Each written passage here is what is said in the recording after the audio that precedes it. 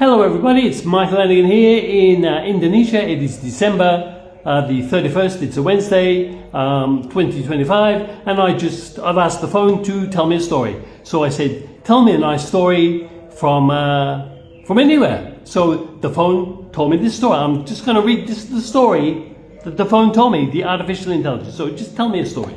So the phone came up with this story. So this is the story.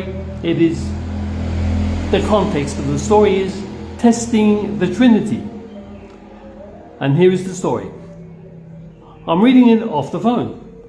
So, a group of prominent wise men assembled for a great sacrifice on the banks of the Saraswati River fell into a dispute over which deity of the Trimurti, that's Lord Brahma, Lord Vishnu, or Lord Shiva, was the most worthy of receiving the primary honors of the sacrifice. They appointed the powerful sage Brigu to test the three gods and determine the answer. Brigu's test. Brigu first visited his father, Lord Brahma, and intentionally failed to offer due respect. Brahma became angry, but his rage subsided because Brigu was his son. Next, Brigu went to Mount Kailash to see Lord Shiva. When Shiva approached him for a loving embrace, Brigu rejected him, calling him a violator of purity and social norms. He called him nasty names. Enraged, Shiva prepared to strike Brigu with his trident, but was placated by his consort Parvati. Finally, Brigu arrived at Vaikunta, the abode of Lord Vishnu. Vishnu was resting in Yoga Nidra, a state of meditative sleep, with his head on the lap of his consort Lakshmi. Feeling ignored and frustrated by his previous encounters, Brigu was further incensed by Vishnu's apparent indifference. To wake him, Brigu kicked Vishnu hard on the chest. Vishnu's reaction and the outcome. Instead of becoming angry, Lord Vishnu immediately awoke, bowed his head to the wise man, and began to massage Brigu's foot. With extreme humility and concern, Lord Vishnu asked the wise man if he had hurt his delicate foot on his hard chest when he kicked him. Yep. This act of profound patience, grace, and humility immediately moved Brigu to tears.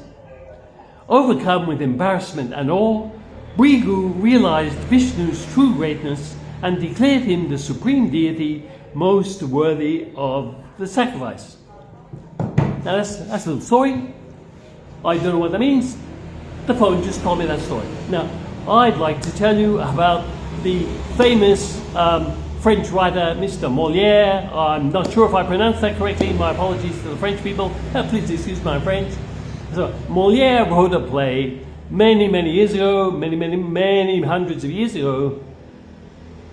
It was called Le Bourgeois Gentilhomme. I don't know if I pronounced that correctly, but in English it's sometimes translated as the would-be gentleman. So it's about I think it's a shopkeeper or some kind of bourgeois person who wants to become part of the nobility. So first things first, he wants an education.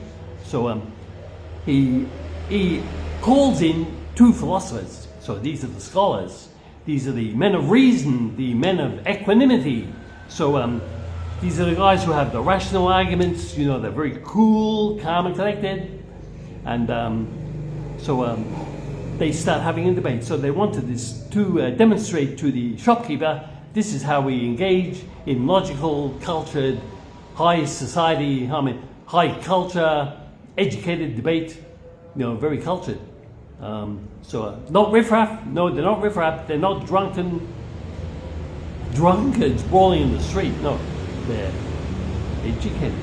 So the two philosophers start having the debate, you see. So eventually one of them said something untoward to the other one, and the other guy said, You dog! Dogs bark at stuff they don't understand, as the Greek philosopher Heraclitus said. Now, the other guy, he replied, he said, I bite my tongue at you, sir. And the first guy, I bite my tongue back at you, sir. And eventually they got the fisticuffs, you know. And the shopkeeper was astounded. He was astounded. And that's the two stories I'd like to tell you. And God bless you all. And Happy New Year to everyone. I wish everyone on planet Earth a very Happy New Year.